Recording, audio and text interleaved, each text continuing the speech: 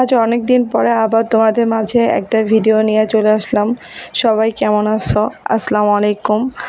আমার বাবার শরীর খুব খারাপ ছিল, তাই এতদিন তোমাদের মাঝে কোনো ভিডিও শেয়ার করতে পারিনি, এর জন্য খুবই দুঃখিত। আজ তোমাদের মাঝে খুব সহজ আর সিম্পল একটা রেসিপি নিয়ে চলে আসলাম। এখানে গরুর বট ভুনা করতেছে। তো গরুর বট ভুনা রেসিপি সবাই কম বেশি পারি, তবুও আমার মা আমার বাসায় কীভাবে বট ভুনার রেসিপিটা করে সেই ভিডিওটা আজ তোমাদের মাঝে শেয়ার করব। আম্মুর হাতে এই বট ভুনার রেসিপিটা খেতে আমার খুবই অসাধারণ লাগে, তো ভাবলাম তোমাদের মাঝেও একটু শেয়ার করি। তোমরাও একটু সিম্পল আর সহজভাবে আর কম সময় কীভাবে বট ভুনার রেসিপি করতে হয় সেই ভিডিওটা আজ তোমরা শিখে নাও। তো চলো দেখে নিই এই বট ভুনার রেসিপিটা করার জন্য আমাদের প্রথমে কি করতে হবে। এই তো প্রথমে চুলাটা অন করে দিয়ে একটা কড়াই বসিয়ে দিয়েছি। এরপর এখানে 1 কাপ তেল দিয়ে দিয়েছি আম্মু আগেই। এরপর এখানে আমি হাফ কাপ পেঁয়াজ কুচি দিয়ে দিচ্ছি। এরপর পেঁয়াজগুলোকে বাদামি করে লাল করে একটু ভেজে নিব। পেঁয়াজটা একটু বাদামি করে ভেজে নেওয়া হয়ে গেছে আমার। এরপর এখানে আমি 1.5 চামচের মতো আদা বাটা দিয়ে দিচ্ছি আর 1.5 চামচের মতো রসুন বাটা দিয়ে দিচ্ছি। এরপর স্বাদ অনুযায়ী লবণ দিয়ে দিচ্ছি। তারপর এখানে 1 চামচের মতো হলুদের গুঁড়া দিয়ে দিচ্ছি। এরপর এখানে 1 চামচের মতো জিরার গুঁড়া দিয়ে দিচ্ছি। তারপর 1 চামচের মতো লাল মরিচের গুঁড়া দিয়ে দিচ্ছি। তারপর মশলাটাকে খুব ভালো করে কষিয়ে নিচ্ছি, একদম তেল ওঠা অবধি ভালো করে একটু টাইমলি মশলাটা কষিয়ে নিতে হবে। মশলা যত ভালো কষানো হবে রান্নাটা তত মজার হবে।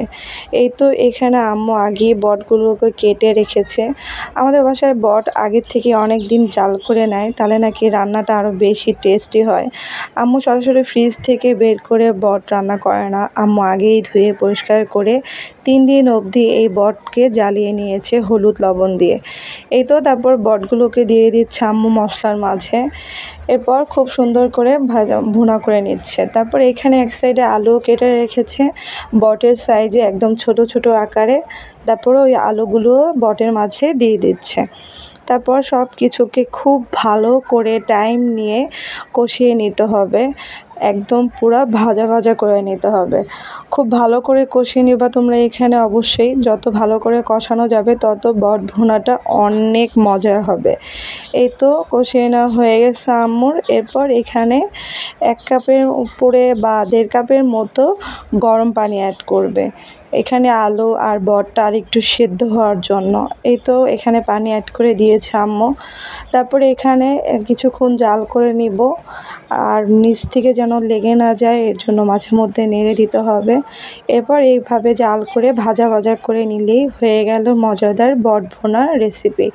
এই তো এরকম উপর থেকে তেল উঠে আসবা, একদম ভাজা ভাজা করে নিবা, তাহলে দেখবা এই বট ভুনাটা খেতে অসাধারণ লাগবে। এটা রুটি, পরোটা, নান এবং গরম ভাতের সাথেও খুবই মজা লাগে। আমার মতো কার কার বট ভুনা খেতে অনেক মজা লাগে তা অবশ্যই কমেন্ট বক্সে জানাবা, আর রেসিপিটা কেমন ছিল তাও আমাকে জানাবা। আজকে এ পর্যন্তই, আল্লাহ হাফেজ।